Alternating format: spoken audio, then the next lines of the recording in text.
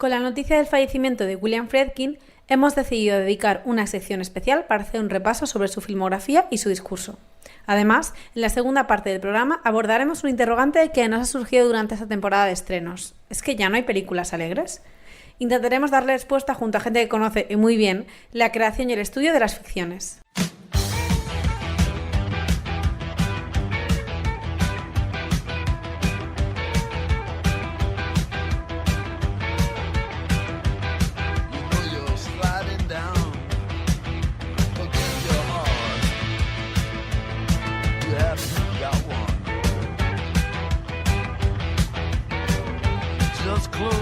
Esta semana es imposible no empezar última fila recordando a William Friedkin, el director de cine estadounidense que falleció con 87 años hace apenas unos días y al que la cinefilia ha llorado largo y tendido. Desde aquí también queremos despedirle ubicándole más allá de The French Connection y El Exorcista, sus dos grandes éxitos.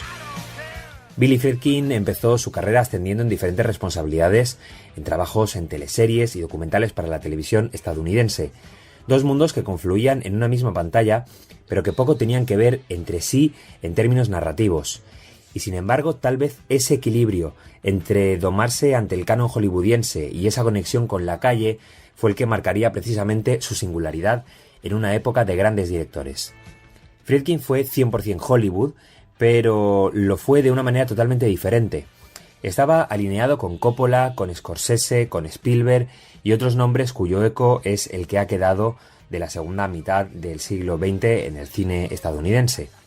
Él pareció entrar en la terna con The French Connection, un thriller sobre la droga en Estados Unidos, en Nueva York en concreto, que mantiene los pilares del suspense de aquella época, pero que también tiene un reflejo de The Thin Blue Line, el documental que dirigió años antes sobre la policía luchando contra el crimen. El éxito de crítica, público y premios de The French Connection fue abrumador y le dio a Friedkin la carta blanca de la que disfrutaban otros pocos directores en aquel Estados Unidos. El capricho llegaría después. Antes decidió hacer un triple mortal, dirigir la adaptación que nadie se atrevía, El Exorcista, cuyo texto original era una novela de William Peter Blatty y el mismo autor adaptó como guión. Friedkin le dio la vuelta a ese texto para dotarlo de una dimensión de drama familiar y con un discurso incluso de género inesperado que acabó propiciando en fondo y forma una sacudida al género de terror americano que en Europa ya estaba desarrollándose por caminos muy diversos y en el otro lado del charco se había estancado.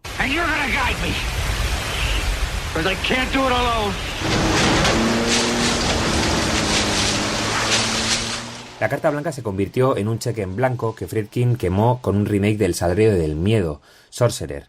La película, originalmente un clásico intachable de Clouzot, no cayó bien ni en crítica ni en público y desveló las costuras de la ambición del director con una producción caótica con episodios moralmente censurables en sus decisiones y una puesta en escena desmedida. Solo el tiempo ha puesto esta película en su sitio y la ha convertido ahora en un clásico de culto genialmente dirigida. Este trío de ases son la gran carta de presentación de Friedkin, que volvería a producciones mucho más humildes y de hecho no abandonaría la televisión. Pero en su filmografía hay dos títulos que realmente definen sus intereses y también su cine: The Boys in the Band y Cruising. Dos películas que hablan abiertamente del mundo gay en una América que aún no había empezado a agrietar su homofobia. The Boys in the Band, mucho menos conocida, era la adaptación de una obra de Mark Crowley en la que un grupo de chicos se desvelan como abiertamente gays. La película es disruptiva por el prisma desde el cual trata a los personajes, más allá de la crueldad pretendidamente aleccionadora de los pocos personajes que asomaban entonces, y eso lo convertía en algo inédito. El elenco desarrolló de manera sobresaliente el objetivo claro de Friedkin: normalizar un melodrama entre personas que no tenían voz en el imaginario de la ficción. En otro tono, Cruising también fue un golpe encima de la mesa. Otra vez, una investigación policial, pero en esta ocasión un policía se adentra en clubs gays de Nueva York para encontrar a un asesino en serie.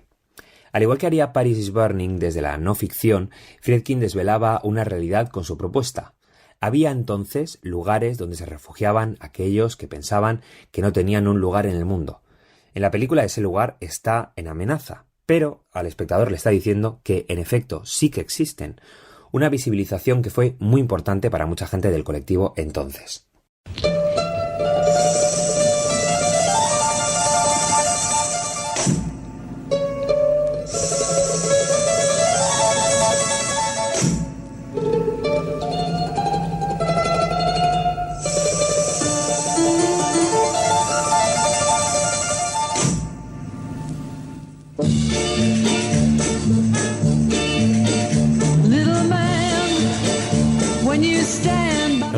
apartado por un momento de la puesta en escena.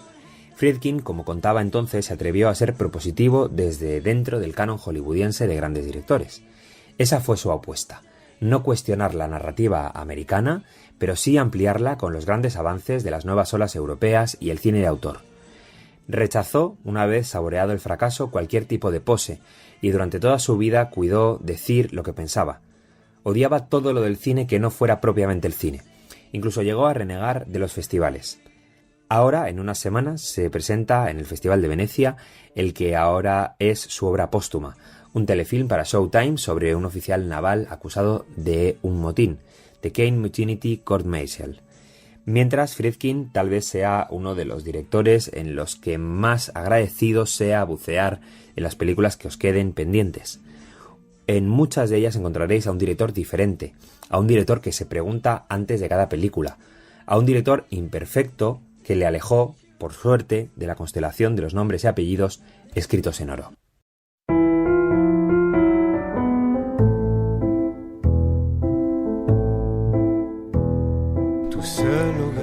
En última fila nos encantan los estrenos, sí, pero también nosotros somos humanos y a veces queremos salir corriendo hacia esas películas que son un poco acogedoras, que nos abrazan y que nos dicen que todo va a salir bien.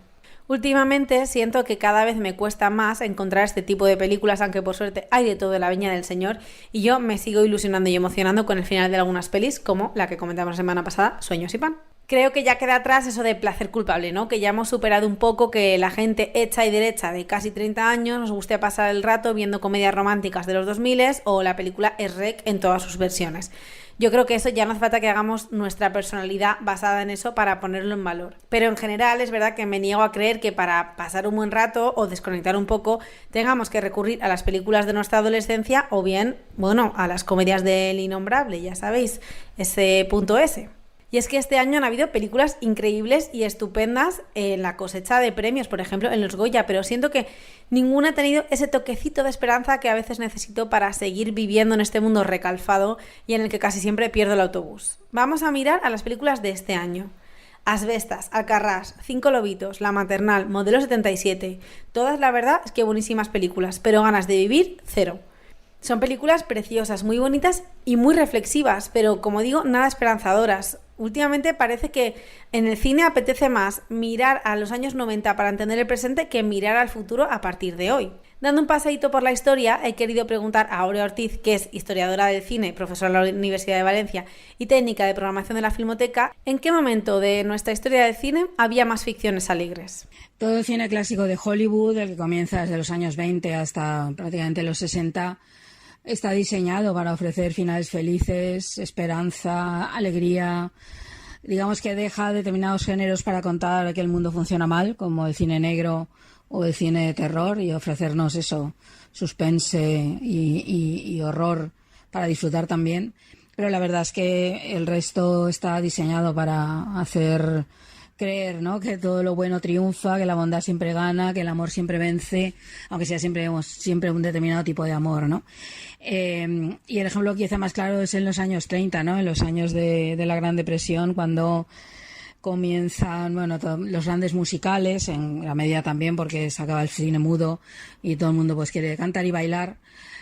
Pero se ofrecen esas películas como películas absolutamente consoladoras de la realidad, los grandes musicales de Ginger Rogers y Fred Astaire, las melodías de Broadway, las grandes comedias de todos esos años. Todas ellas ofrecen eso, la posibilidad de, pues eso, de ser feliz, ¿no?, o de estar bien.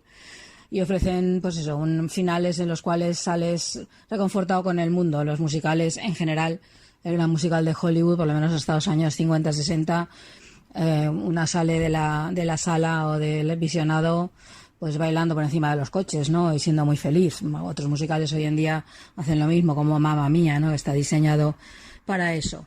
Quizá el momento histórico sea ese principalmente, los años 30 ahí, aunque son años complicadísimos, no solo en Estados Unidos, sino en todo el mundo, con el auge de los fascismos y con una guerra inmensa preparándose y la guerra en España. Sin embargo, el cine es como esperanzador, ¿no?, la posibilidad de poder hacer las cosas de otra manera. Y si nos paseamos por la historia, también podemos pasearnos por el género. ¿Por qué parece que últimamente solo vemos distopias terribles, aunque por suerte en algunas salga Pedro Pascal? Pero bueno, distopias llenas de guerras, enfermedades, pudiendo hacer una película sobre utopía, fantasía y ríos de colores. Como yo no lo sé, he preguntado también a Begoña Siles, que es profesora de la Universidad CEU Cardenal Herrera y además está especializada en ciencia ficción, sobre este tema. Te comentaría que lo que es la literatura o el cine de ciencia ficción generalmente siempre ha generado sociedades distópicas.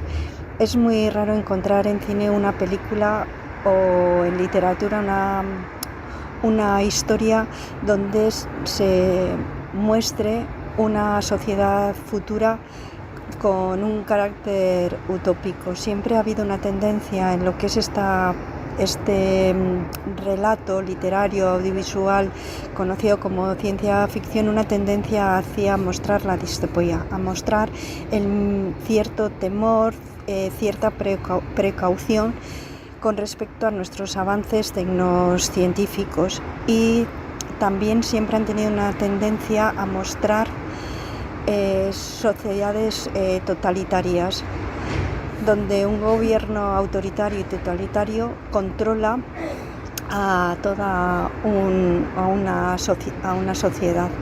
Yo creo que ese es el rasgo principal de la ciencia ficción, la incapacidad para generar sociedades utópicas.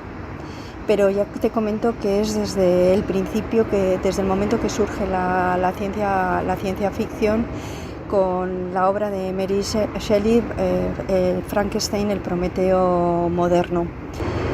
La única película que recuerdo en estos momentos que tiene una visión positiva de los avances tecnocientíficos y que genera una sociedad utópica es una película de los años 30, que se titula La vida futura. Las demás relatos, tanto literarios como audiovisuales, que me vienen a la cabeza siempre son de corte distópico. Pueden variar el tema que produce la distopía, pues ahora es más relacionado con el cambio climático, con las catástrofes ecológicas, y en otros momentos eran otros aspectos, como pueden ser los avances tecnocientíficos de carácter industrial. Ahora está todo relacionado con los avances tecnocientíficos informático, de carácter digital, de la inteligencia artificial. Eso es lo que suele variar. Y ahora pasando de la teoría a la práctica. Álvar López, que es director de contenidos en The Immigrant, creo que ha leído más guiones en su vida de los que a él le gustaría, y quería saber si él utiliza técnicas diferentes para analizar la calidad en un guión de drama o de comedia. Yo creo que no es tanto una cuestión estructural, sino que la diferencia está más en el punto de vista y la mirada del autor o la autora. Al final, un mismo suceso narrativo puede contarse de manera trágica o cómica en función del tono que le quieras imprimir. Cosas tan universales como la muerte de un ser querido puede tratarse desde la comedia o desde el drama, ¿no? Depende mucho del punto de vista y del tono al final, ¿no? Y bueno, también creo que hay una decisión que tiene mucho que ver con el punto de vista, y es el final de la película. Tu final puede dejar al espectador con un sabor de boca agridulce, amargo o completamente dulce. Entonces, esto al final también está ligado un poco con el tema, ¿no? ¿De qué quiere hablar? ¿De qué quiere hablar el creador o creadora de esta película? ¿Qué quiere contarnos y cómo quiere contárnoslo? Y para acabar, pues mira, voy directa a donde empieza todo, donde poner una palabrita detrás de otra es lo que hace que se hagan las películas, los y las guionistas. Así que Irene Benyoc, que es una de ellas, entre prepararse un pitch y redactar las ayudas, ha sacado un momentito para contestarme a la pregunta básica. ¿Crees que es más fácil escribir drama que comedia? Para mí, como guionista, la comedia es sin lugar a dudas el género más complicado de escribir, porque es que hacer reír a alguien, arrancarle una carcajada cuando igual ha pasado por un mal día, ostras, es que eso es dificilísimo de conseguir y también es muy satisfactorio cuando lo logras, cuando consigues escribir algo que hace reír a alguien. O sea, eso me parece algo maravilloso. Por eso no entiendo muy bien y me da mucha rabia la frase esta de es mala pero te ríes, esta comedia es mala pero te ríes. Pues hombre, digo yo que si por lo que sea esa comedia te ha hecho reír, digo yo que tan mal no estará escrita porque ha cumplido su función. Bueno, al final no os he sacado alguna conclusión para saber por qué últimamente no abundan estas películas acogedoras y esperanzadoras con ese tilín final. Pero bueno, me ha servido de excusa para preguntarles a todos ellos y ellas cuáles son las películas que les hacen sentir bien y ya de paso copiarme alguna. Con ellos os dejo para acabar el programa. Nos escuchamos la semana que viene. Un besito.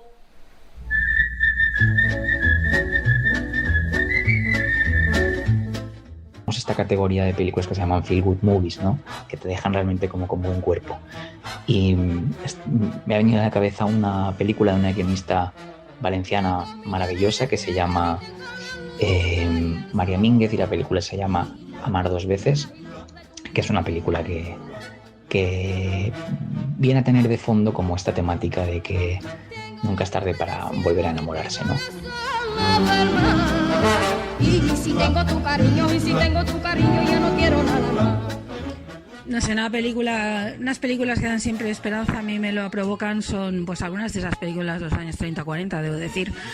Por ejemplo, Vivir para gozar, una película de Josh Cukor que, como su propio nombre indica, defiende que la vida está eso, para gozarla, para vivirla en libertad, para no atender a normas y reglas estúpidas, para no vivir para trabajar. Hace un alegato contra el trabajo muy llamativo, sobre todo hoy en día, ¿no?